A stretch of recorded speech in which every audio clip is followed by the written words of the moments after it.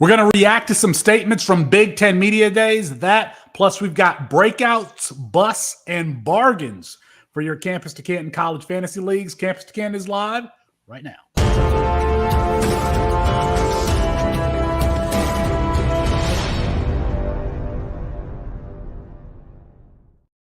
It's Felix Sharp, Austin Nason, Chris Moxley tonight for Campus2Canton.com. We hope you like what we're doing, trying to be ambassadors for college fantasy sports overall, but we love the Campus to Canton format here where you have a college team and an NFL team, and your college team serves as a feeder into your NFL team. Boys, we're getting closer. We're getting closer to the season started. I think we're less than 30 days out from week 0. Big Ten Media Days going up around 2 hours north of me in Indianapolis right now. Today, Wednesday, and I believe they end tomorrow, Thursday. I got a couple of statements here that I want you guys to react to from Big Ten Media Days. You can let me know what you think. Matt Rule, when discussing the quarterbacks there at Nebraska, of course they have the freshman Dylan Royola, who we all think very highly of. He said that they have 3 quarterbacks altogether that they know can play, essentially alluding to the fact that, there might be a quarterback battle. Chris, do you think that there's any way that Dylan Royola is not starting day one? And Chris is muted. He's muted. We're off to a good start. There we go. A usual start. Austin, let me just toss it to you. Do you think there's any way that... I want to say no so badly because... for a school, Nebraska has a history, it's just, depending on who you talk to, blue blood, maybe not, whatever. But for them, getting a 5-star quarterback, a guy ranked like Raiola is so rare at this stage, and how they've been lately, that it feels like if they don't have him starting day one, that either he's terrible or they're just not really reading the room very well in terms of attracting more guys like him to the school. I think what this is, according to the C2C Winning Edge, they only have 3 scholarships. They only have 3 quarterbacks on the roster. They can't afford to lose a single guy. So to me, this feels like, one of the other ones is a freshman too, Danny Kalen. So it just feels like trying to keep all these guys happy, because if somebody leaves and another guy gets hurt, I mean, you might be running a running back out here. It might be Wildcat time. Yeah, I mean, I see him starting from day one. There's nothing from the spring game that showed us he's not ready for Division I football. He was excellent in that game. I don't know why we have to do this dance. He's going to be starting day one, right, Chris? Yeah, of course he's going to be starting day one. You don't bring him in and talk about him the way that he's been talked about and not start him, especially given what we saw last year from Nebraska. That's just a slap in the face to the fans in general. But yes, it's the right decision either way. Nebraska's sneaky offensive skill positions there. You got Malachi Coleman, Banks, the transfer from Wake Forest. You've got I did a video on the kid and I forgot it. Jalen Lloyd, who can take the top off the defense. Thomas Fedone might be healthy. Dante Dowdle, who transferred from Oregon. I was a fan of his last year. If Dylan Royola can do, they actually have diversity of skill set on that offense also. So there are some elements there to help him succeed in year one. It's going to be Dylan Royola. Go ahead, Mox. I'm so scared of the offensive coordinator there. I don't trust him at all. You've been burned by him before. I've personally been burned. But he's not very good in general. So I am a little concerned long term, I guess, until he's out of there. But they have good players. Are you going to talk about any other quotes from this coach, Felix? Felix did not give us these quotes ahead of time. We are reacting to these in real time. Yeah, it's live. Because I actually thought the most interesting thing that Matt Rule said today was about the true freshman tight end that they have in there, Carter Nelson. Yes, it was. I thought that was very interesting. Carter Nelson, one of the top ranked tight ends. I don't think he was the top ranked guy this year, but he said that they're going to try to get him on the field as much as possible, including lining him up as a receiver instead of a tight end, because they just think he's that good of a player. A guy that I think has been not really drafted in a lot of my leagues and supplementals and stuff this offseason. But with Fidoni's injury history, I mean, getting on the field a lot, if something happens to him, as it kind of does every year, that's a guy that, potentially could be pretty productive, potentially a startable guy week in, week out. Yeah, I mean, I called him corn-fed Caleb Odom, which is exactly what Alabama's doing to Caleb Odom this year. Player that was coming in as a tight end, but probably has versatility to play at multiple spots, and they're going to do that with him. I think it's a good – I mean, if he's that good, because it's not like they don't have nobody like we just talked about. So he's certainly worth drafting, especially if, you're playing in leagues where he is going to have tight end eligibility as a receiver. Yeah, and I think stashing one of those true freshman tight ends every year is a good idea. Like I generally in my leagues, I try to grab one at the end of drafts, whether that's this year it's kind of been, Christian Bentaker at Clemson's a guy I have a lot of. Gavin Hoffman at Iowa, Luke Reynolds at Penn State are kind of the guys that I've been dipping into because they're pretty free in drafts. But I think Nelson's, I already adjusted my rankings when I saw that earlier today. He is firmly square in the middle of that grouping in my rankings now, like late 30s, early 40s overall at the tight end position. Two of you muted. Come on, guys. Oh, now come on. Shout out to Carter. I don't know what's wrong. Shout out to Carter Nelson. At least put him on a watch list so you can track his progress throughout the beginning of this 2024 season. James Franklin, when talking about Andy Kotelnicki, he described his offenses as being explosive, not specifying whether he mentioned, the air, being under the air or the ground. Austin, do you think that Andy Kotelnicki, the real question is he going to be able to get the most out of Drew Aller? That's why you bring in Andy Kotelnicki. Is the answer to that question yes or no? I have a sneaking suspicion that this year is going to be about fixing the run game. I think Drew Aller almost certainly is going to come back for another year. And I think that's the year that we're going to see some growth out of Drew Aller, if we're going to see it at all. And I think part of what leads me to think about that is that, first year OC, for a lot of these bigger programs, you never really see like the full playbook year one. They just usually feel like they don't have the guys, to fit the system. So that's item number one. But item number two, if you just look at the personnel on this team is just not built to pass the ball this year. Whatever you think of guys like Julian Fleming, we don't. Harrison Wallace, like Amari him. Evans. Yeah. They've not recruited the position well. Like, quite frankly, their talent identification and recruiting has been horrid the past few years at the position. But they've got Singleton. They've got why am I blanking on his name? Katron Allen, Katron Allen, Ty Warren. I mean, Quentin Martin. I mean, this is a team. The line should be, from what I hear, better this year. It is a team that I think is built to kind of run the ball this year. So I think that's the direction they go this year, and then next year hopefully wheels up for the pass game. I mean, if Aller is even average, well, let's say he's better but not quite like good enough. Does he get another year, another crack at it? Because who are they going to replace him with?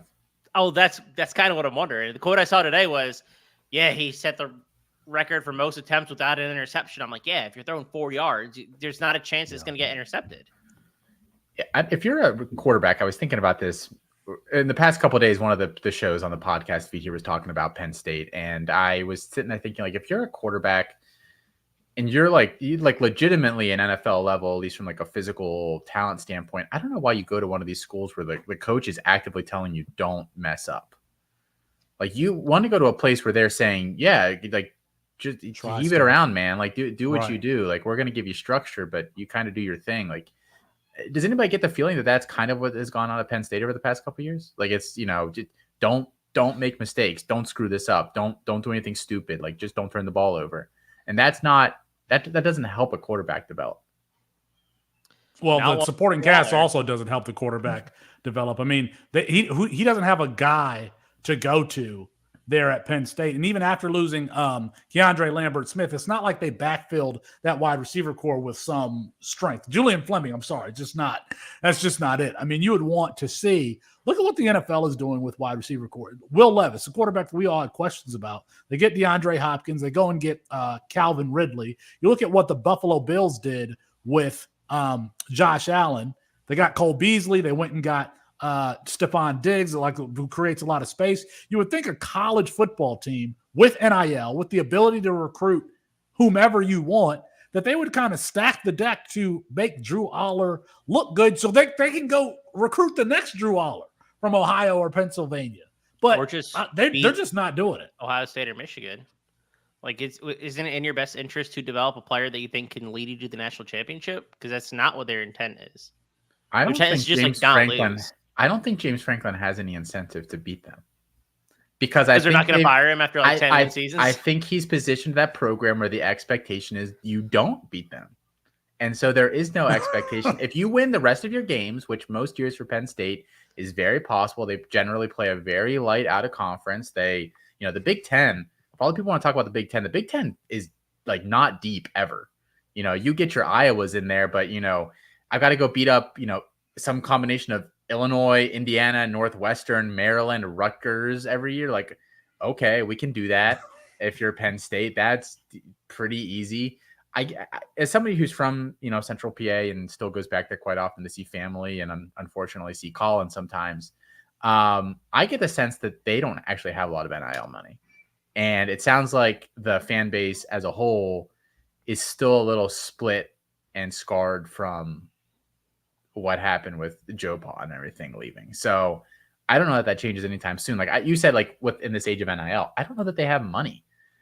Like they're going after guys like Caden Prather and couldn't even close the deal there. Like that's not a guy you have to have $2.5 million for to bring him in. That's like an $800,000 guy at best. And you couldn't close that deal. I mean, I get the sense they don't really have money.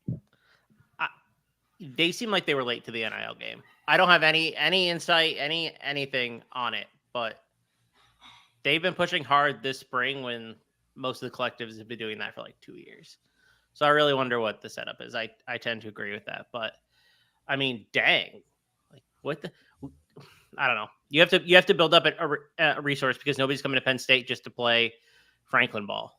And for just the other thing that I always talk about, like for guys nowadays, have either of you ever been to State College?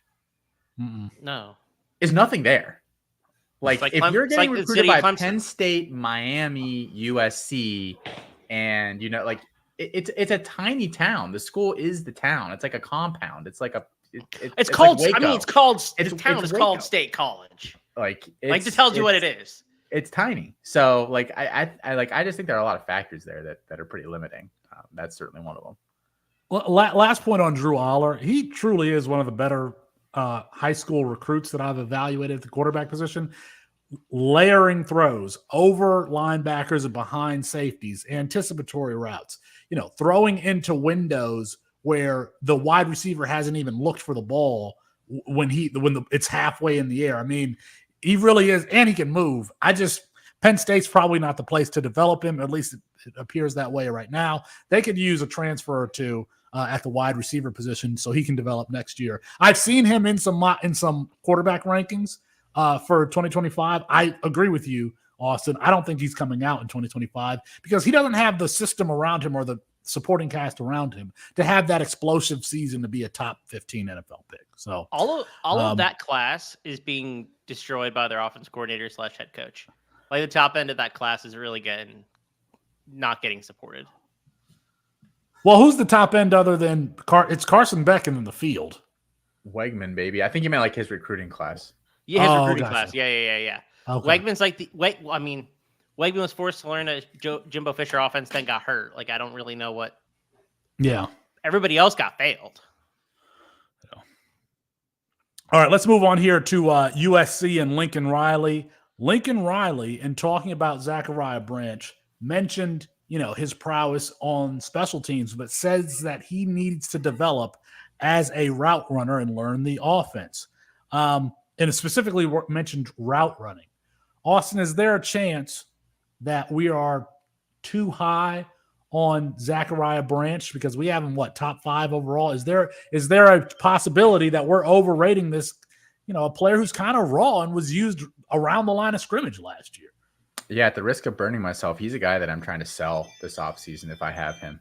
I did not have him as my top wide receiver in the class, and I can remember arguing friendly arguing with the recruiting team about it, and they, I mean, the athletic stuff was obvious, as like a guy that just, top, 99th percentile athlete, probably at the position. But I always had a hard time buying into a guy that is small and a little bit raw as a route runner as the top receiver in a class. Like those guys can hit, but I'm probably not just based on numbers alone going to put that guy as the top guy in the class. Now he was my wide receiver 2 or 3 or something. I didn't hate the guy, but I think these issues have been there. And I think they're being ignored because he should be the leader in a bad wide receiver room. But, I think there's a reasonable chance he goes for like 700 yards this year. Like, I really think there's a real chance that he's not amazing. And I think if he has that kind of a year, wide receiver 8 through 10 somewhere going into the offseason, I mean, that's probably a round and a half of ADP, or round and a half of value you're losing out on there. I'm pretty sure I wrote Zachariah Branch's profile for the freshman guide, and I distinctly remember you're watching a guy get, to be honest with you, like 20-yard cushions from the slot and playing the slot there at Bishop Gorman. It's kind of hard to tell, what's your release package? How do you do against press when you're facing when you're off coverage is like 22 yards. The other thing I distinctly remember is that he would let punts hit the ground in high school, and that's just like a no-no for special teams coaches. So if you sold Zachariah Branch right now, you could probably get a decent NFL player. Let me ask you this. You should be trading him up. You should be trading him up into an NFL piece. You should not be trading him for somebody younger, unless it's Jeremiah Smith, or the 101. You should not be trading him down. You should be trading him up. Would you trade Zachariah Branch for Devontae Adams? Depends on what my NFL team looks like. I would consider if you're a contender. I've been pretty staunch that I think Adams plays a long time still. I think his game is going to age really well. So, yeah. I think his game is going to age really well, and I think Stephon Diggs' age is going to age really well. So I was going to ask you about Stephon Diggs, new team.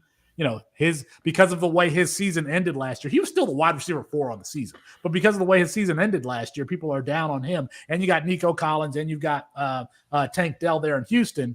But would you trade Zachariah Branch for Stephon Diggs? Because you could probably make that trade.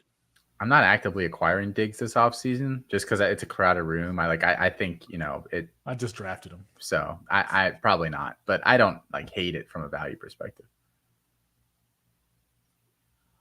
I didn't realize how high Zachariah Branch was in our ADP.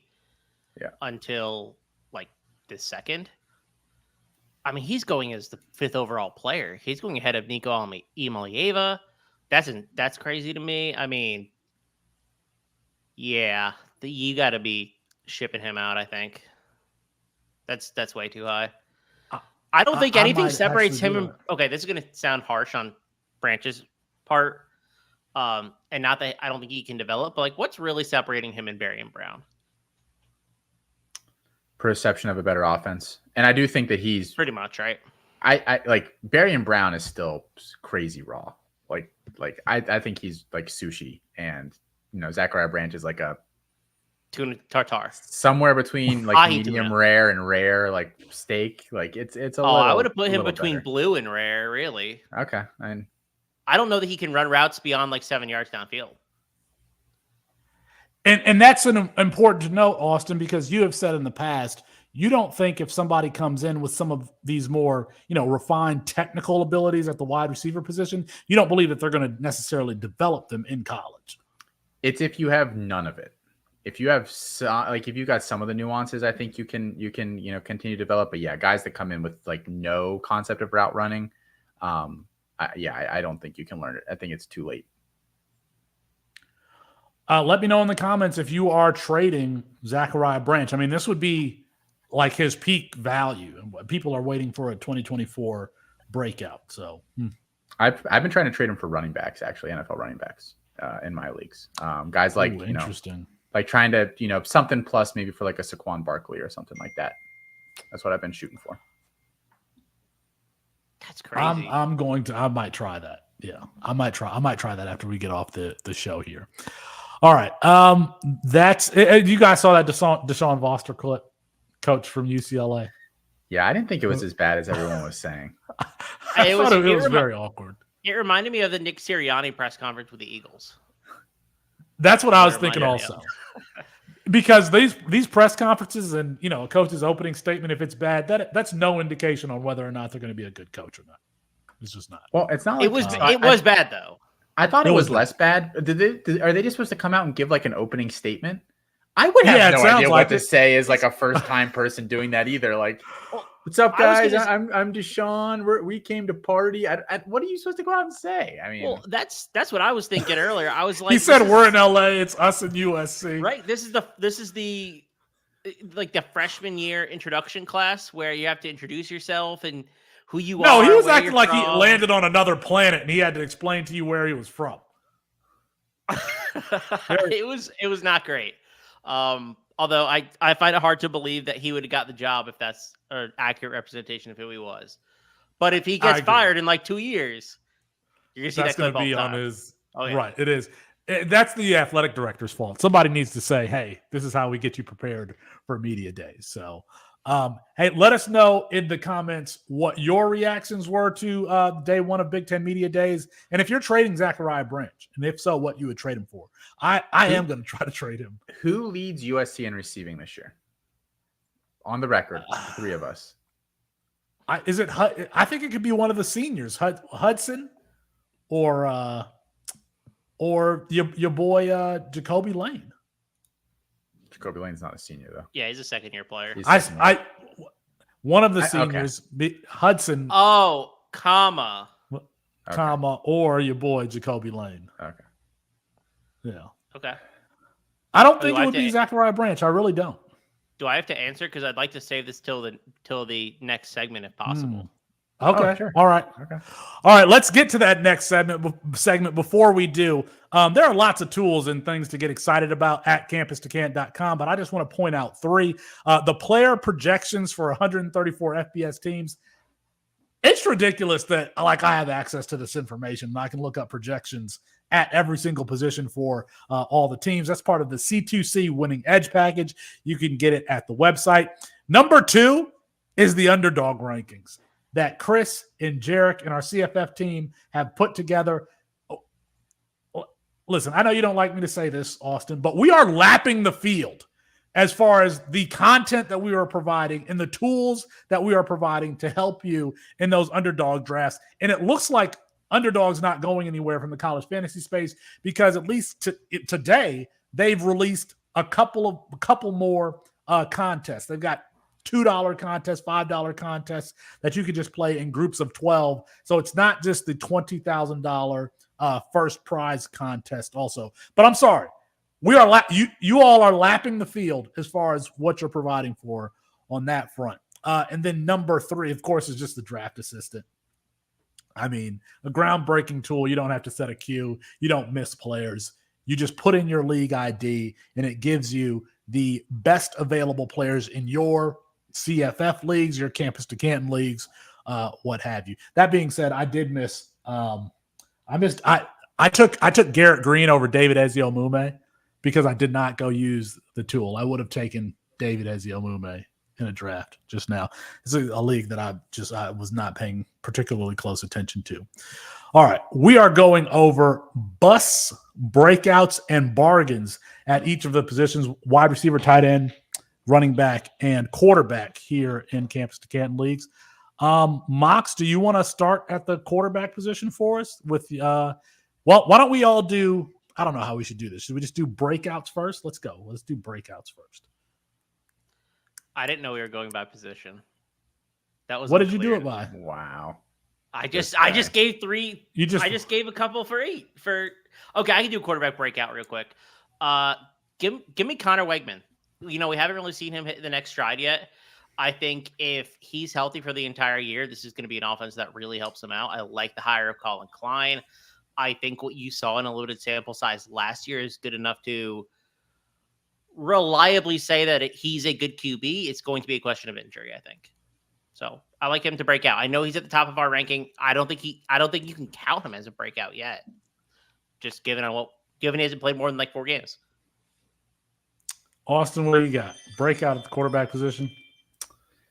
Yeah, I think it's a tough one because I think there's not a lot of like real first year starters this year that are going to be on teams that I think are positioned well enough to help them out. So I'm going to go. How about this one? I think this year Caden Salter puts himself into like legitimate NFL draft capital conversation. Does that count? I don't see a market difference between a guy like him and a guy like Jalen Milroe. Malik Willis, Jalen Milroe. I think there are a lot of differences between him and Malik Willis. If we wanted to take the Liberty route, significantly younger, significantly better prospect out of high school. I think it's a more NFL from an NFL preparation standpoint, like a better offense for him. Like Malik Willis was just blatantly reading half the field. Like they weren't asking him to really do anything. So I think that he can get himself like pretty squarely into day 2 after this year. And then maybe we see a transfer up to the P4 for a final year. All right. I don't know. I thought that somebody would say Lenore Sellers. To me, that's an obvious one. I mean, it's a good one. We've been talking about him since before he enrolled at South Carolina. Is this when you see somebody that's that big, that athletic, and can actually throw? Yeah, he reminds you of Anthony Richardson in some respects, but he is a much more developed passer than Anthony Richardson was at this point in his development. Now, he's not the brute force power rusher that Anthony Richardson was, but I don't know if he can't develop into that either. But Anthony Richardson was really an athlete playing quarterback. Lenore Sellers is a quarterback. Lenore Sellers is a quarterback who can actually spin the ball. And I mean, if you're playing an underdog in best ball drafts and he's your quarterback, like I think you can take a few teams where he's your quarterback 1, and you don't take a quarterback until that area because of what he can do on the ground and through the air. And I don't know how you don't say Lenore Sellers there for South Carolina. By the way, South Carolina, as we already becoming a favorite for people on the college football 25 game to play with because of Nick Harbor and Lenore Sellers. I think we foresaw that. Is Felix Sharp the people that we're referring to here? Is that? No, if you go online, people are playing. Many people are saying. South, but yes. Are they in the room with us right now? Yeah. Yes, I was myself. But people are loving playing with South Carolina. You got a dual threat quarterback, and you got a 6'5", 220-pound receiver there, Nick Harbor with 99 speed. So, I wanted to play with South Carolina in our league here. Yeah. And I can't because they're a 3.5 star. They're a 4-star. They're a 3-star school. They're a 3.5 star school. Oh, Matt said 4-star. No, they're not. They're 3.5. Yeah. So does that count? Can I play with a 3.5 star school? Is 3.5 more than 3?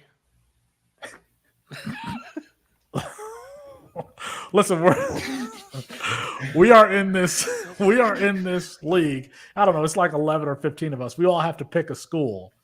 A lot of people are in the AAC. So I just picked East Carolina, which is terrible, which is absolutely terrible. There are no exciting players. I was going to ask you why you did that. I don't know why I did that. I was thinking about going with – I was going to go with USF because of their jerseys, but you had USF. And I've thought about going with Boston College, but I'm like, so I just wanted to be in you all's conference. I might change my school. I might change to a different AAC school. But East – and it would be a really – I've been working on it since I picked them. Can you do like Coastal Carolina? They'd be a good pick. Would they? I don't know. I like Maybe. Easton Vasco. I also like ECU though. I think ECU's got interesting pieces. I'm not what interesting piece? So Jake Garcia is my quarterback. I've got Raji Harris. Is it Raji? It's not Raji. Yeah. What's his? Yeah. Is it Raji? Marlon Raji Guns Harris there. is my. Yeah, they got a couple Marlon guys. Guns there. So I got there's no offensive players rated over like 79. Chase Sowell and Chase Sewell is my good. number one wide receiver. He's been burning Alabama's cornerbacks in these practice sessions that I've done. Heisman, by the way. I've only used Garrett Nussmeier as a quarterback so far in this game. So how is he? Is he good? Yeah, he's pretty. I've enjoyed playing with him. Yeah, I think he's pretty good. Yeah, my offensive line is terrible. It's gonna be hard. But yeah, Chase Sewell is probably gonna have 1,100 yards in this offense. So I got to get to recruiting there for East Carolina. All right, let's get tier 2. Should we go? I'll start with my bust. It's who we mentioned before. My bust is going to be Drew Aller because I don't see that offense. I agree with you on what you said about the running game. Because if I was an offensive coordinator for Penn State, where would I start to build? I would start with Katron Allen. I would start with Nick Singleton. Like, put them in that 3 wishbone thing that they like to do near the goal line and just hand it to those guys and keep Drew Aller's attempts down. I'm going to throw to Ty Warren over the middle. I'm going to throw to put me in 2 tight end personnel. I'll throw to Andrew Rappelier. Like, their strengths are not on the outside, like, at all. They don't have any, real impactful talent on the edges out there. So I would be going running the ball and throwing to the middle. I think they're going to be a conservative offense. They could be explosive as a rushing team, but I don't see him developing that passing game without the talent there for Penn State. So Drew Aller is easily my bust. I have him in a few places, and I'm like, just like Zachariah Branch, this may be the time to unload on him. But I still think that he has the talent to be a top 15 quarterback, but he doesn't have the development pieces there. So Drew Aller is definitely my bust here for the quarterback position. Who you got, Austin? This is a tough one. I'm going to say I think Will Howard, and it's going to be a relative, bust. But I think there's some expectation that if he plays well, he could work his way into day one. I don't really think that's possible at all. I just don't think that he has any one of his skills is good enough to get him there. I think he's like a good athlete, but not great. He's, a fine quarterback, but not particularly accurate. I think the arm's fine, but not, a cannon. I think he's going to get exposed a little bit on like a bigger team, whereas Kansas State, he was kind of just asked to freestyle and do it all. I think he'll struggle a little bit this year.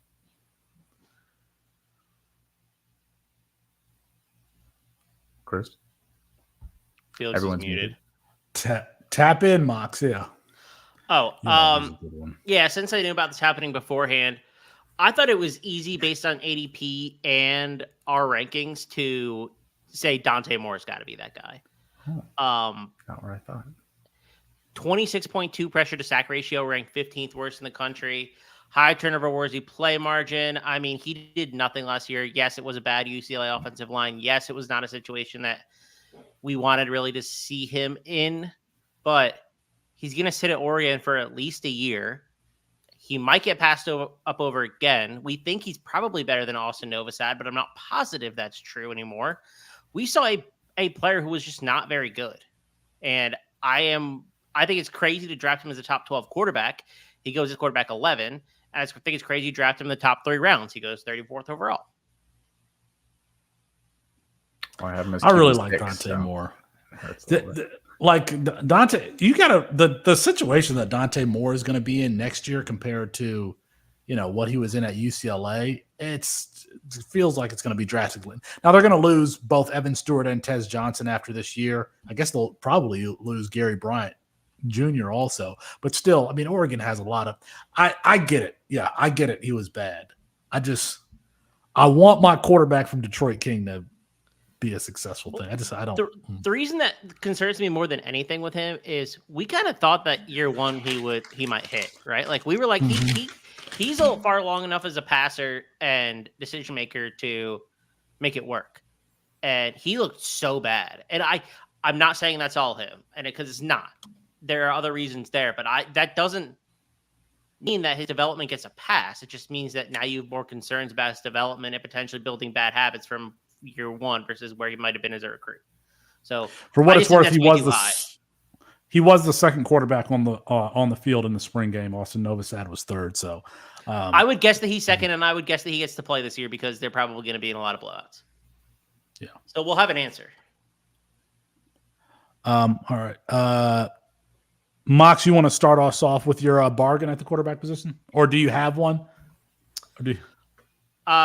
Yeah, no, I have a bargain. I think this player is going too low, and I think we probably need to move him up in terms of both like where he's getting drafted in ADP. This player goes 161st overall, 41st quarterback.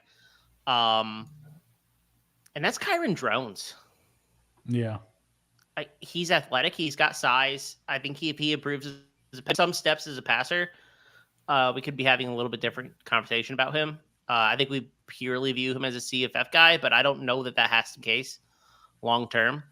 I just think his athleticism is good enough to get him there. I think Colin wrote about him in his one article a year about how he should have been in the Devy guide. So, which I tend to agree with. I think that he's better than top 40-ish quarterback in Campus2Canton leagues. Yeah, I like that. I think his ADP has risen a little bit since then also. So, Austin, who you got as far as a bargain goes? Yeah, I'm going to go way further down the list here. I have been just so intrigued by Ashton Daniels over the past year and a half. Stanford quarterback. Get crazy, get wild.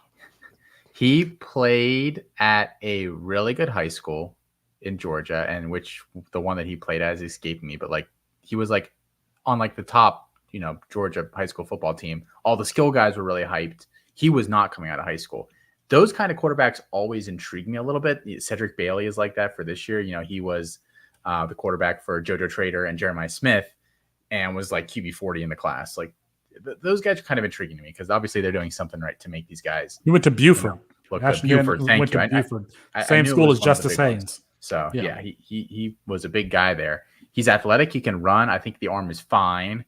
And this is an offense, like Chris. I love the Stanford offense. I'm buying shares of the Stanford offense. They're very, very cheap. I think there's a legit chance this year that he, is like a QB3 for fantasy. I think he could fit firmly in that range. What's the NFL stock? I don't know, but I don't have the ADP in front of me. I have my rankings in front of me, and I have him as in the mid 60s for quarterbacks. But he goes way later than that. He's just a guy that I really, really like. I think in the best ball drafts he goes way too low, from what I've seen. I think he's going to have a really fun season as long as he stays healthy this year. You're not worried about the quarterback they have coming in, do you? Because that's all I hear. That's all I hear about from people online. It's certainly, one of those situations where it's kind of the first bigger name recruit that a new coach has brought in. So you do kind of always have to be paying attention to that. But I think they're very different kinds of players. And to my knowledge, Troy Taylor has always done better with a rushing quarterback. Elijah Brown is not a runner at all. So I do think that gives Daniels kind of an upper hand at that position just because of that. But certainly a concern. I agree with you. I'm not that concerned. I just think people are overrating Brown incoming. Did you say what his ADP was?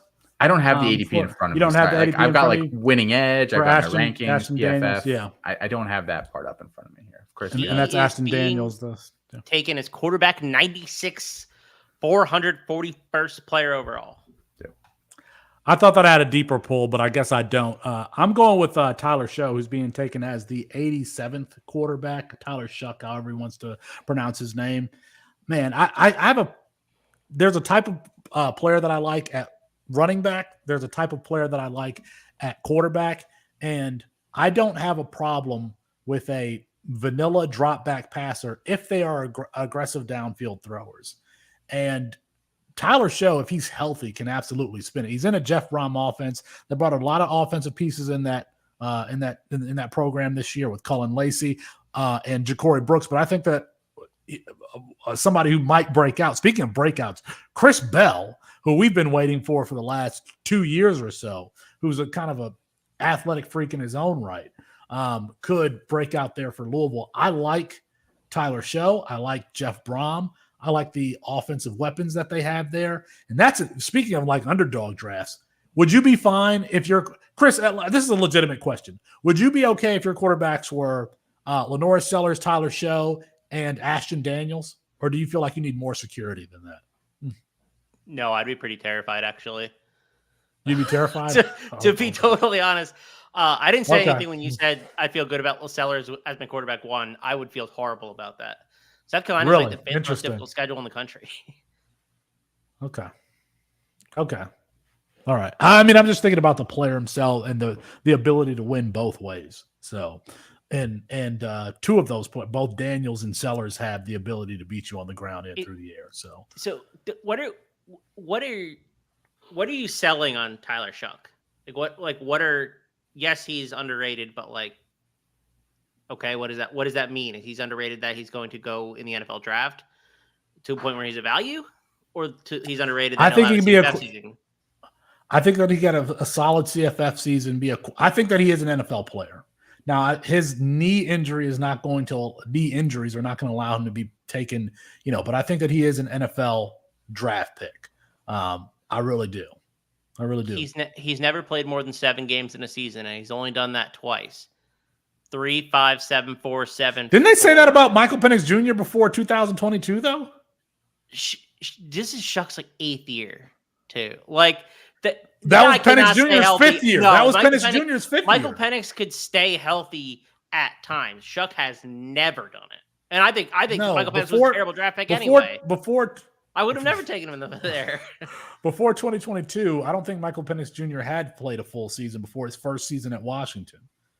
Yeah, but was his max 7 games only twice out of 6 years? Listen, if they keep that boy healthy, I think that he's going to throw the ball all over the place for U of L this year. So L's up. Throw your L's up. Well, I hope so, because I have a lot of him in underdog. I'm just being devil's advocate. Chris, why don't you? 26 when he starts his NFL season. He's going to be 26. So he's going to be 26. I don't think the NFL care. I don't care about the age at that position either, though. I really don't. I don't either, but 26 might be 26 is old. That might be pushing the limit of that theory for me. At least I believe that's what Wikipedia tells me. It says he's currently 24. He'll turn 25 in September, and then he'll be 26 next September, which is when the NFL season will kick off. I'm gonna go ask him. Hold on. No. Okay. All right. Let's move on to the running back position. My breakout is Caden Fegan. That, to me, that's an easy one. We know Brett Bielema's history with moving Wisconsin south first to Arkansas, now to back up north to Illinois. I'm trying to think of the running backs that Brett Bielema has had. Monte Ball, Jonathan Williams. He had 2 good running backs there at Arkansas who were NFL draft picks. One played for the Seahawks for a while. There's another one. Melvin Gordon. Is Melvin Gordon Brett Bielema running back? I believe he might be. And in looking at the C2C winning edge projections, they have Caden Fegan projected for over 1,100 yards rushing on the season. And that makes sense. 6'3", 240 pounds or whatever it is, played a lot of different positions in high school. I think he was a player of the year for the state of Illinois. Needs to learn how to play physically, play to his size. But when you got an athletic running back for Brett Bielema, you know that he's going to feed him if he can stay healthy. He's already talked about him going over this mile per hour thing. I love me some Caden Fegan, and it's one of those things where I think it was a player and play style match there for Illinois. So it's really easy. First year as a starter. Reggie Love is transferred to Purdue. I think they still got Josh McCray there at Illinois, but I mean, the backfield is going to be his. So give me Caden Fegan as my breakout for 2024 at the running back position. Austin, who you got? Yeah, I think this one's pretty easy for me. It's Caleb Jackson, the running back at LSU. Loved him coming out of high school. Thought he looked really good last year when he really only got in in blowouts, but I thought he looked good every time he was on the field. 4 touchdowns on only 30 touches. He averaged almost 4 yards per carry after contact, which would have been top 40 mark in the country if he had had enough rushes to qualify there. And he might have the opposite problem that Caden Fegan has. Sometimes he will specifically try to hurt somebody. And maybe he doesn't need to do that quite as much because he has wiggle. He's a good athlete. He's got good hands. I don't think he needs to be hurting people. But I just think, I think he's just so obviously the best running back on LSU. Probably, Caden Durham's there now, so maybe the second best athlete at the position. But I just think he has all the talent in the world to be a bell cow for them. Over 1,000 yards from scrimmage, total this year, I think should happen for him. truly. They have a good offensive line too. I mean, I think he'll have a good year. I feel like Caleb Jackson represents the end of a tier at the running back position, because when we've been doing these mock drafts and I don't get running back early, I've been trying to, in the 4th or 5th round, get Caleb Jackson, because I agree with you. So I would take Caleb Jackson if I was doing a startup over some of the guys that are rising juniors that they're going to be big CFF guys this year. Chris is smiling here. I would take him. I have him ranked over Ashton Genty and Ollie Gordon. I knew where you're going with that. I think he's a straight up just a much better player. I don't disagree, as we might learn later. It's only 1 spot above Genty and 2 spots above Gordon, but I have him ranked above them. But there's nobody out there that's saying I've got Caleb Jackson over Ollie Gordon, one of the cover players, or not cover players, one of the highest rated players in the game, Dane Brugler and them. People who are box score scouting have him at the top of their NFL draft rankings. Look, I feel like I've earned some leeway with my doubt on both of those players, because I had both of them substantially higher than where they were ranked absolutely out of high school. So I feel like absolutely of anybody, I have earned to be like, I don't see first round pick there. I see 2nd, 3rd round for those 2 guys and I think Caleb Jackson, if he can break out, is athletically, skill set wise, a first round level running back. Should that happen for him? And I can vouch for Austin. We've been around long enough. Last year's class was the first, that Jahmyr Gibbs, Bijan Robinson class was the first that we had been talking about since they were freshmen, through the whole, their value through the whole way. And so now, Ollie Gordon, Caleb Jackson, your boy, even Kyron Drones. Even when Kyron Drones was at Baylor, I remember you guys talking about him. So we're starting to come full circle on some of these players. So who do you got, Mox? I went further down the list for this one. I want this player to put on a little bit more weight, but I think Cam Cook could have a monster season at TCU. Yeah. I think everything's kind of lining up for him to be the RB1, and I think he's a really talented player athletically. I wish he wasn't 195, but I'm not paying a high price for him, considering he's 75th in ADP among running backs. That's nothing. And I think the upside there is pretty gigantic. I don't think he's a great pass catcher. Well, I'm pretty sure he's not a great pass catcher, but I'm not sure that he can't do it. Don't rely on evidence from high school of him doing so. That doesn't mean he's bad at it, I assume. I don't know. He's just really late. Do you believe he's actually 195? And not 185? Yes. I will let you know when I see him the first week of the season. That offense is going to be so spread out that it might, him being a smaller player might not matter, because he shouldn't be seeing a whole lot of stacked boxes like somebody like Caden Fegan is going to see. So, okay. We ready to move on here to wide receiver, breakouts, busts, and bargains. Mox, why don't you, I don't know if you have, do you have a wide receiver? A wide receiver breakout? Yeah. It's a guy we talked about earlier, Jacoby Lane. I'm basically at the point where I have heard enough from enough people to believe in the Jacoby Lane hype. He's our wide receiver 50 per C2C. He had under 100 yards last season. That's all right. He's not a year 1-0. Was ranked outside the top 300 at the position, which is where we draw the line. I think he's athletically pretty good. 99th percentile burst, 75th percentile agility. He runs an alleged 4.5, 5-ish. It's not listed. I bet he has good vertical, because you see him really high point balls extremely well. He's a long strider.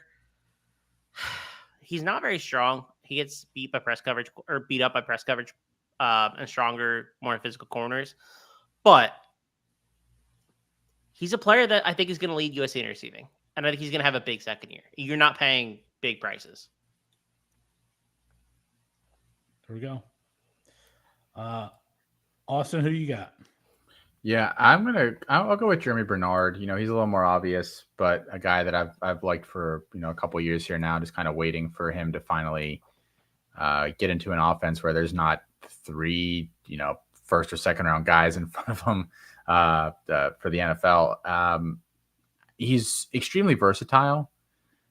and he's the only guy on Alabama who has experience playing for Kalen DeBoer before, and I think that will really mean something for him. We saw them really try to feature him in the spring game, doing stuff that he hasn't really done before, which is what makes me feel really good about it. Like last year at Washington, they kind of used him like Debo, a ton of handoffs, like, really stuff around the line of scrimmage, yak, nothing that really involved him using any sort of skill to get open, create leverage, things like that.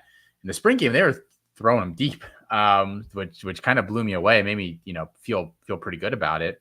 I really think he could have close to 100 targets this year in that Alabama offense. I think he's squarely in the discussion as like a second round guy next year for the NFL. And that timeline is still fine for him. He's not like an older, he hasn't been around for forever. I think this is his third year. So, would still be young, early declare, not a year 1-0. Kind of have all those boxes checked for him. Like his career is going essentially like Brian Thomas's career is going. Not that they're the similar type of player, but guys that like did just enough year 1, year 2 a little disappointing, and then year 3 have that big year 3 and get drafted pretty early.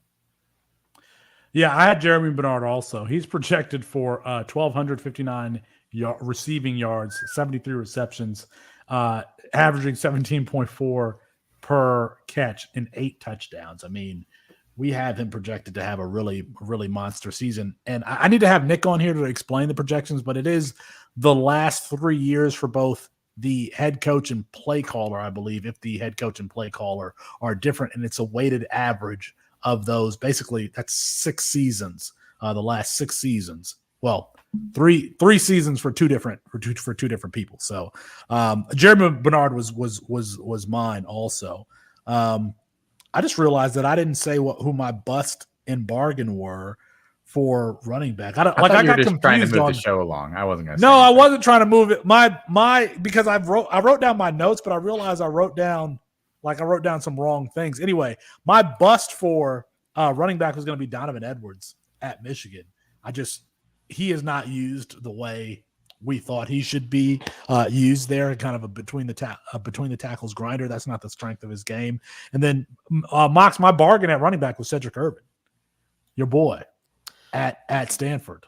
I plan on coming on the show tonight and explicitly not talking Stanford because I just been like, that's all I talked about for the last 2 weeks. Yeah, so I said, none of my breakouts or busts or anything are going to be Stanford players. Totally keep them off the show. Everyone's heard me say that. And now y'all are doing me the favor. So I appreciate that. I do have an RB bust though for you. Yeah, I'm sorry. I just go ahead. We'll get back to the wide receivers guy, but go ahead, Chris. And it's a player that we talked about. And I am on board with the Ollie Gordon bust train. RB8 per C2C, RB3 in ADP. Austin has him 11th, unless he's updated it recently. I haven't seen it. And Felix has him 6th. He was 74th in missed tackles per rush attempt. 18% agility probably tells you that's not something that's really in his bag. He relies on breakaway rushes, he ranked 3rd in breakaway rush rate and explosive runs, which is fine because I think he has the speed to do it, but he's also built at 6'2", and he's 212, 215. It's just kind of a weird build. He doesn't really have power, willingness to bowl guys over. He's just big. He's also not a great pass catcher. Yes, he was targeted over 40 times, but his ADOT was negative. It was negative 0.6. You really want to have at least 0, hopefully higher than that. But none of the routes he was running were particularly complex either. So I just think he's going way too high. RB3 is just really aggressive, and I'm just not there.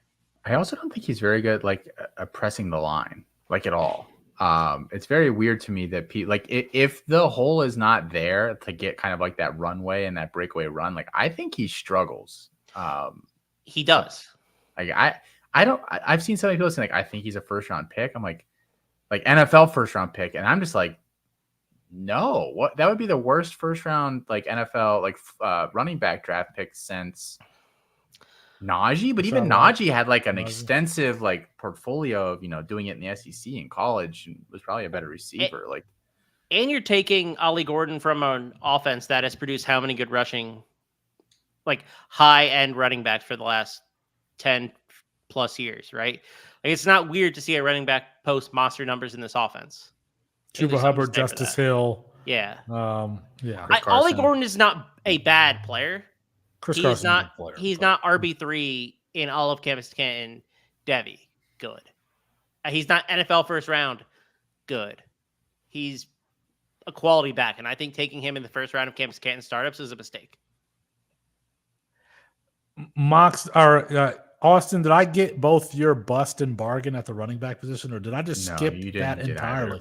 Man, I don't know what's wrong with me. I'm sitting here. I got it my agenda. I'm just doing too much at the same time. Yeah, I thought you were trying to speed the show up. I was not trying to speed the show up. I liked Matthew and Colin's 3-hour podcast. I really did. You're not getting 3 out of me tonight. Gotta be honest. Not good enough to go. Got me through my flight yesterday. I did appreciate that.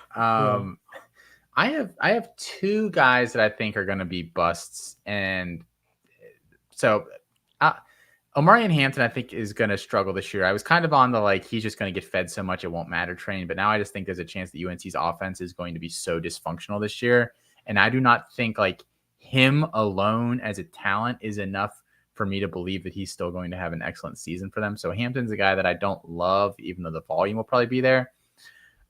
The guy that I don't understand the NFL talk about at all, though, that I really want is Phil Maffa. And I do think he's going to get a ton of touches. There's nobody behind him there at Clemson. There are people saying that he could be a day 2 guy. He is not a good athlete at all. He is a terrible athlete. He's not a great pass catcher. He's visibly on tape slow. He's not a good mover. I don't really know where the Phil Maffa, is going to be a legitimate NFL draft guy. He's just in that tier of guys that if they get a backfield to themselves for a year or two, sure, he might be productive in the NFL. But that you could say that about I don't think Kyle Monangai is a special player, but if he gets a backfield to himself in the NFL, he could probably do fine with it. And I can point to a ton of other guys in college right now that are like that. I just don't see anything beyond that for him. So he's falling in a tier where, if I think that about him, then I can go take Mario Anderson in a C2C draft, right? A dozen rounds later, if I think I'm going to get comparable production this year out of 2 of them. Neither of them have eligibility left. They're both going to the NFL after this year. So I don't really get the Phil Maffa stuff in terms of NFL potential. So this is being consumed. If you're consuming it on a podcast form, when I said something about Ollie Gordon, who's a little bit bigger back, Felix kind of went, huh? When Austin said something bad about Phil Maffa, who's 6'30", Felix shook his head and was just flabbergasted. Flabbergasted that you could say something wrong about a back who weighs over 220 pounds. I don't have a problem with the fading Ollie Gordon. I do like Phil Maffa though, because I think he does other things well. I think he carries his weight well. I think that he, I don't know. I don't know. I didn't realize Phil Maffa was going to be attacked today. Their weight well. Saying. I think he's a better running back than his athletic profile would suggest. So, all right. So we got the breakouts, busts, and bargains for the running back position. And I know listening to this podcast, my bargain's Jordan Lyle. By the way, I didn't get to say a bargain. My bargain's Jordan Lyle, Miami. That's all I got. I also didn't get to say a bargain. All right. I don't know. There's something I can't host today. I'll give you a quick. It's Jaden Ball at Florida. I love Jaden Ball. There you go. 240. There you go. There you go. Real thick and juicy, baby. I mean, Jaden Ball has one of those NFL running back booties. He really does. He really Big does. Booty Ball. Okay. It is the perfect name for for him. Jaden Ball. Like a big flat ending. That's the name of a white fullback from the 90s. Ball? I feel like I would remember that. No, I think he's just saying that's like. Oh, let's play white fullback from the 90s. Tommy Vardell. Next. Brock Olivo. I don't remember the 90s. Vardell? This is not a fair game. Yeah, this is not a fair game. Nobody else can play this game. I can just do all the lines. Tommy Vardell, Corey Schlesinger, Brock Olivo. This is sad. Man, I could do this. Detroit I know Mike Lions Allstott. fullbacks from the 90s. What about Chris Matu-Ma'afala for the Steelers? You got to remember Steelers. him. Yeah, okay. Yeah. I know who you're talking You gotta about. remember Yes, him. but the name. Najee the fans all go, Davenport. "Boo." Najee Davenport Yeah. was a fullback. Not in the 90s. Natron Means a fullback or was he a running back? How about oh man, I love this game. I'm trying to think of who else. The I don't Steelers had think Chris Kreider in like the early 2000s was our white fullback. Okay. I don't remember if Mike Allstott was the 90s or 2000s. That's why I didn't say Mike Allstott Allstott in the 90s because he was on the Super Bowl team. What was that? 02, 03? That's So, and he'd been around for a while before that. Who else? Does can I Brian pull Leonard out? count? I know he's bigger. That's not like that's not the fullback 90s size. either, though. Brian we Leonard just was went not to in the 2000s like 5 seconds ago. Brian Najee Leonard was like Davenport. 2010. Najee Davenport did not play NFL football in the 90s. Okay. I'm looking that up right now. There's no way. David is saying Mike Allstott and Mark Edwards. I don't remember Mark Edwards. So, okay. What's the kid for Owen Schmidt at West Virginia. West Virginia? He went to Seattle, right? I don't remember where he went, but I could tell you Owen Schmidt's a great. He was on the Steve Slate and Pat White teams. Wasn't he the one that Lorenzo hit himself Neal. in the head with the helmet? Lorenzo Neal for the Chargers. Yeah. Not white. Yeah, again. Well, his name's Lorenzo, so right away. But Najee Davenport's rookie year was 2002, by the way. I was listening to. Does Fozzie Whitaker count?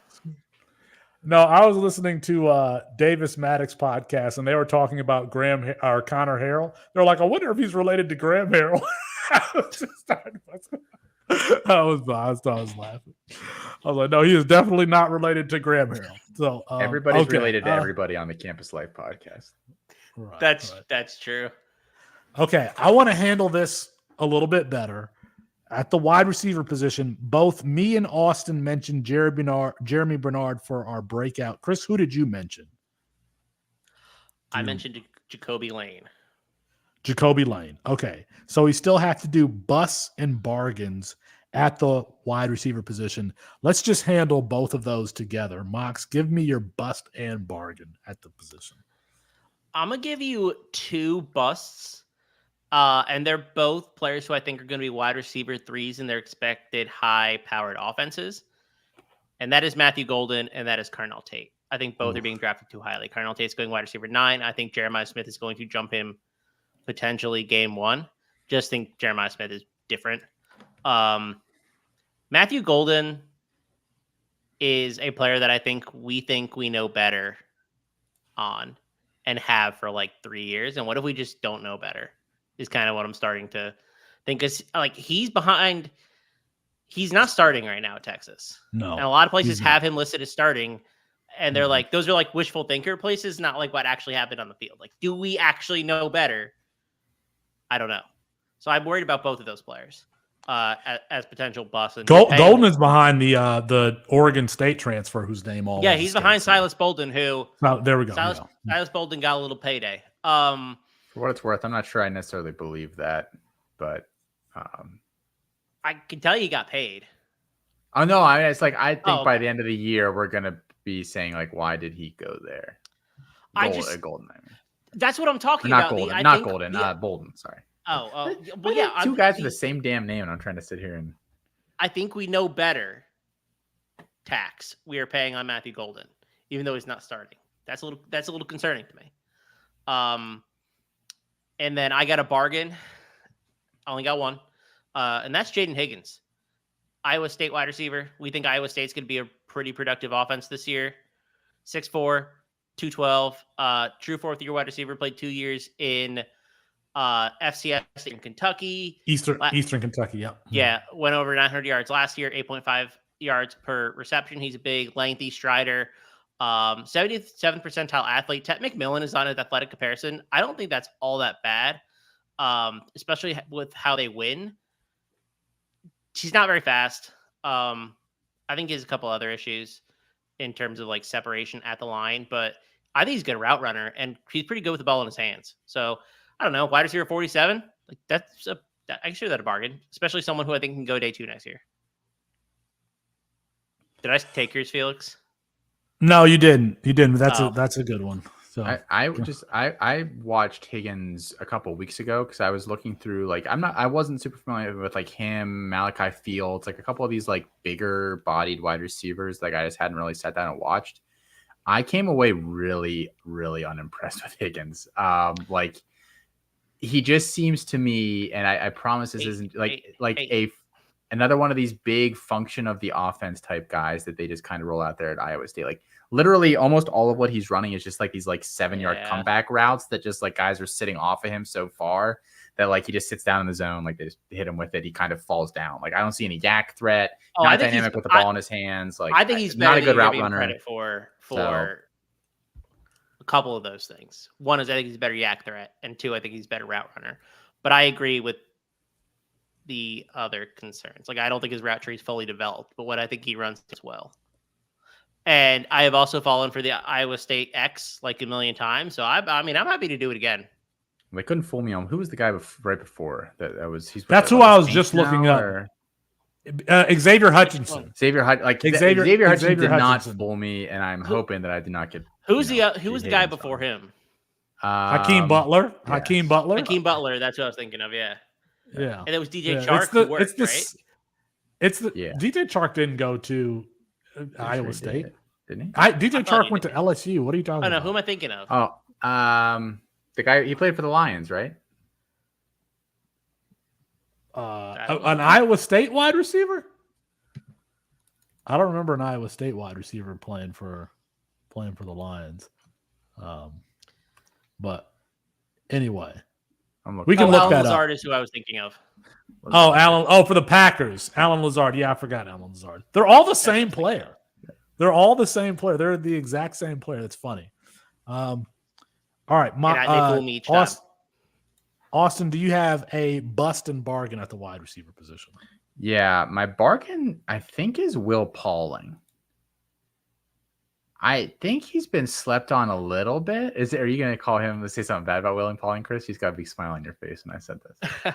No, I just had like 4 or 5 conversations in the last week where people are like, "I don't think Will Pauling's going to have a great year. I don't think he's very good." Oh yeah, I mean, I agree. For what it's worth, I agree with you. I think he'll have a big year. He's bigger than people think. Like he's like 5'10", close to 190. Like he's like a thicker guy. He's not like 160 like Tej Johnson. I know people get worried about with the size. I think he's a pretty good route runner. Good hands, decent after the catch. He might be like a 3rd, 4th round guy in the NFL. Like, I don't think he's going to be a day 1 guy or anything, but I do think that he's going to be an NFL contributor. He's like he might be on Feldman's freak list this year when it comes out because he's like crazy strong. Like he can squat like 600 pounds or like something crazy for like his size. So he's a guy that I think is getting slept on a little bit. My bust is Tyler Brown at Clemson, actually. And this isn't a player of like a case of hating the player. I just think he's the 3rd best guy at kind of like the flanker slot rotation that Clemson have. And like, there's no shame in that, but I think he's 3rd by like a long distance. I think Antonio Williams might, if he stays healthy this year, might hit 1,000 yards, honestly. And I think Wesco will play significant snaps at the true freshman, Bryant Wesco. I just think they're both better than him, unless they're not going to play with a true X this year, in which case maybe they can get all 3 of them on the field. I don't think they're going to do that. So I just think, Brown's going to have a not great year here. I think he was elevated a little bit last year just due to the situation. Do you think the wide receivers that we've talked about here as busts, Matthew Golden, Tyler Brown, that they could be transfers come the end of the season? If Antonio Williams leaves, I don't see any reason for Brown to leave. That makes sense. So for him, no. Golden maybe, because Texas just keeps going after guys, although they haven't really hit on a lot of them in this next class. Like they really wanted DeCorian, and they've been going after some other guys and haven't landed them. So tough to say, but I could see Golden leaving. Yeah. Did they Aaron Butler at the end? They did, right? They did get Aaron Butler, who like literally is like running with like the 4th string. He should not have gone there. I don't know what he was thinking. I was gonna say they keep adding these high end guys who really are easily recruited over. Butler was perfect for Arizona. He should have stayed with Arizona. Yeah. He could have legitimately started for them this year, but he's not going to play at Texas. I don't have a bust, but I do have a bargain at wide receiver, and that's Nick Harbor. We have the wide receiver 1 projected at South Carolina for 1,129 yards and 7 TDs. Now, it's not just because we knew that Nick Harbor was very raw. Very raw coming in. You know, he doesn't really, even though he has these really fast 100-meter dash times, he doesn't move like your, quick twitch wide receiver. He's more of a build-up speed guy. But they lose Antoine Wells. We think that they can be better offensively. And I think the main reason that Harbor is a bargain is that he has tight end eligibility still on Fantrax. Because remember, we didn't know if he was going to play wide receiver or tight end or defensive end. I think he should have played defensive end coming in. But, man, you put that 1,100 yards and 8 touchdowns into your tight end position, that's pretty nuts. I did not realize that he still had tight end eligibility. So I went in a league and moved him into tight end. It's a league where I've got who do you start at tight end if you've got Nick Harbor and Arondé Gadsden? Mox? Gadsden to start for week 1. I am not operating under the assumption that Nick Harbor is the wide receiver 1 in South Carolina. I actually think it's more likely he's wide receiver 3 than he is wide receiver 1. I think Jared Brown currently is the wide receiver 1. I think there's a chance Gage Larvadain is the 2, although I think Nick Harbor is probably the 2. I am not projecting him into the wide receiver 1 spot at all. This is just what we have on the projections. So here's the thing actually about that, Felix. I think even if you cut that line in half, he might still be a bargain if you can roll him out at the tight end position. If you're getting 550 and 4, that's still a pretty good year, especially if it's like a best ball or something. Agreed. I mean, he's going to lose eligibility though, because he doesn't play tight end. He plays wide receiver. So it's a matter of time. Maybe not this offseason, probably next offseason. That's tomorrow. Use it while you can. Yeah. No. Use it while you can because he's got tight end.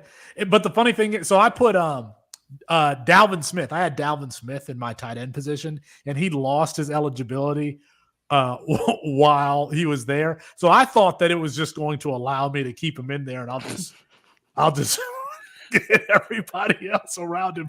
But it will show your lineup as illegal if you. It's not like the years where Taysom Hill, his eligibility changed and people were just keeping him in that tight end position or that quarterback position, whatever it was.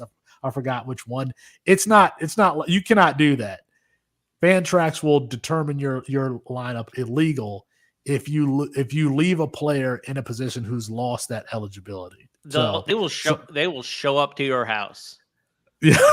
No Dalvin Smith workaround this year, because I was like, oh, I'm just going to leave him in here and that'll be it. So Nick Harbor is my bargain. I'll quickly at tight end. I don't have a breakout. Actually, my breakout could be Justin Jolie, who I've spoken about a lot. He plays that position for Robert and I's offense. Speaking of the aforementioned Arondé Gadsden, he played in the same role in that offense. My bust is Oscar Delp, and my bargain is I guess my bargain was Justin Jolie. I don't know why I had that there. No, my bargain is Arlis Boardingham at Florida. My bargain is Arlis Boardingham at Florida. How about that? Did anybody else cover the tight end position? Any notes on? I can. Go ahead. So I think my breakout is going to be I think Carter Nelson. I'll go with Carter Nelson. I was going to say Sam Roosh, but we said no more Stanford. So I'll skip the Roush, or however you say his last name. So I'll skip him. So Carter Nelson, I think, will be my breakout tight end. Bargain, I've got a couple. I'll go with I think Walker Lyons at USC is really interesting. He was supposed to do a 2-year mission, but he only did 1, and he is apparently on the roster there. I know Lake McCree or whoever is supposed to be the starting tight end there, but I think Lyons is a much better player. Walker Lyons. And here's the one thing I will caution on this. I don't know that he's worth rostering today, but he's certainly a guy that I'm watching. And if I see his snap count, pretty decent through the first couple games of the year, and I got a bad tight end room, he's a guy that I'm looking at pretty closely here. Because I just want to say that because I had somebody DM me the other day about Walker Lyons, and I was like, I can't advocate rostering him. And then I didn't want to come on the show and be like, yeah, Walker Lyons is awesome. So I think he's a watch list guy. And then my bust, Garrett Oakley at Kansas State. I get that he's like supposed to be the next tight end there, but he's like a freaking terrible athlete. I don't know that offense is going to be able to support a bunch of guys. Like I think I think our CFF team has him as a top 10 or 11 guy at the position this year. I think there's a better chance that like he's just terrible than he finishes top 10 this year at that position. So Garrett Oakley for me is a guy that I don't want any part of. Mox, you got anybody? Or you tapped out? Well, I'm glad somebody brought up another Stanford player, so I didn't have to. I didn't really have a breakout. I was going to say Caleb Oden for my breakout, just because I think he could play a role year one, but he's not really a tight end. So I find that to be a little bit cheating, but I'm going to say it anyway. Bus actually had Oscar Delprin. There we go. The idea of Oscar Delp is a lot sexier than what we have seen of Oscar Delp, and I think that's holding a lot of people up. Because I think a lot of people they also have Ben Urasek in there, which is why they're projecting like Brock Bowers onto him because like that's what we've seen in that role. That is not who Oscar Delp is, and when we've seen Oscar Delp, I don't think Oscar Delp has been like amazing. So I think he's going just too high and aggressively. Bargains, I didn't want to just keep it. Real down in the dumps kind of. Obviously, I love Bowden Groen from Rice, but like he does not have NFL upside. What if Harold Fannin has NFL upside? I've seen NFL guys talk about him. I know he's small. I've seen NFL guys talk about him. Yeah. But he goes as tight end 9 in C2C leagues, and you're getting a top 2 tight end production anyway in his third year, potentially for 2 years. So yeah, take him higher, get locked in production, and then maybe he has some sort of NFL future because he produced so highly, even though I think that he has questions about his size. I think he's a pretty good athlete, though. So he's probably not taller than 6'2". He's a guy that I do think there's a high not a high probability, but a decent chance that he is not as good for CFF purposes as people want to bang the drum against. Like he was really carried by like a handful of games last year against just like awful teams. And I get that they're in the MAC, like they're going to get games against awful teams, but like in terms of NFL potential against legitimate teams he played last year, he had 5 for 50 against Minnesota in that bowl game where they had to pay somebody to play quarterback that like wasn't on the team or something because they didn't have a quarterback. Like that team, like it was not like an actual Minnesota team, but he went 5 for 50 in that game. They played Michigan. He had 2 catches for 6 yards against Liberty. He had 2 for 29. Like I don't think he's an NFL guy. I just don't. I'm not there at all with him. I understand why. I think since he goes so late in tight end rankings, that if you can see a slimmer of it, then I'm saying go for it because I think he's a good athlete. I don't know. I have him lower than. I hate their quarterback play. You have him. What do you have him ranked? Tight end 16. That's egregious. I know. I'm sorry, but I just think that the odds that like he's a great CFF option are not as high as some others, and I think there's no NFL hope there. Like he's small. I just don't think he's that good. One other guy, real quick. Amari Niblack is like tight end 13 in our ADP. He's terrible football, guys. Stop it. He's like the 6th option on this offense. Stop it. Do not draft Amari. I don't think he's rostered. I don't understand that one. He's like 210 pounds soaking wet. And he's not like a good enough athlete like to make up for that. He's confused me for years why people like him. Alabama, he had the A next to his name. Now he has the horns next to his name. That's why. We should just let Austin only do players he hates. That's right. Maybe next week. That's called Campus Life, baby. That's right. Tuesday morning. True. If you've made it this far, go ahead and like the video. We appreciate your support. We can get this to 50 likes. I think we can get this to 50. So let's go ahead and do that. Check us out at some point this week. I know that we will be doing more Underdog best ball stuff. So keep your notifications on, because you never know when we're going to go live, when Chris and somebody else might just hop on and do a draft. But I think that's going to be it for tonight. Let us know your thoughts about our breakouts, busts, and bargains in the chat. I know that whole setup was very scattered. That's my fault. You know what? This one's on me, guys. This one's on me. All right. That's going to be our show for tonight. Apologies to Kirk Herbstreit. We ran out of time. We'll get them rescheduled soon. For Chris Moxley and Austin Nace, I'm Felix Sharp. Good night. Good luck.